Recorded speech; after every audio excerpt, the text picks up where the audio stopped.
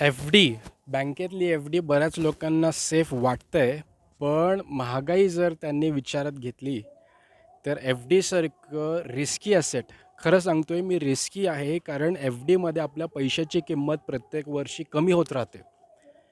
आज तुम्ही 10 लाख रुपयांची एफ-डी केलेली असेल, तर त्या ठिकाणी महागाईमुळे पुढच्या वर्षी किंवा 2-4 वर्षांनी तुम्हाला 10 लाखाचे 10 लाखच रिटर्न मिळणार आहेत, ज्या ठिकाणी प्रत्येक वर्षी महागाई 6-7% वाढत आहे.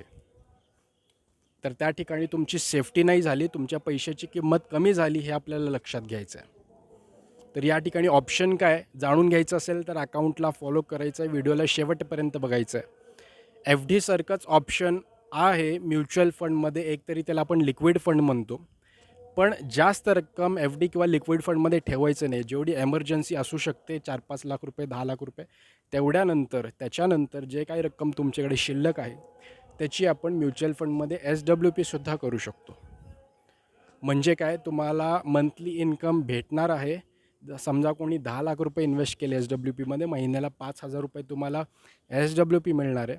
आणि जवळपास 10 वर्षात तुमच्या 10 लाखाची रक्कम हे 18, 20, 22 लाखांच्या आसपाससुद्धा पोचलेली असणार आहे. लक्षात घ्या.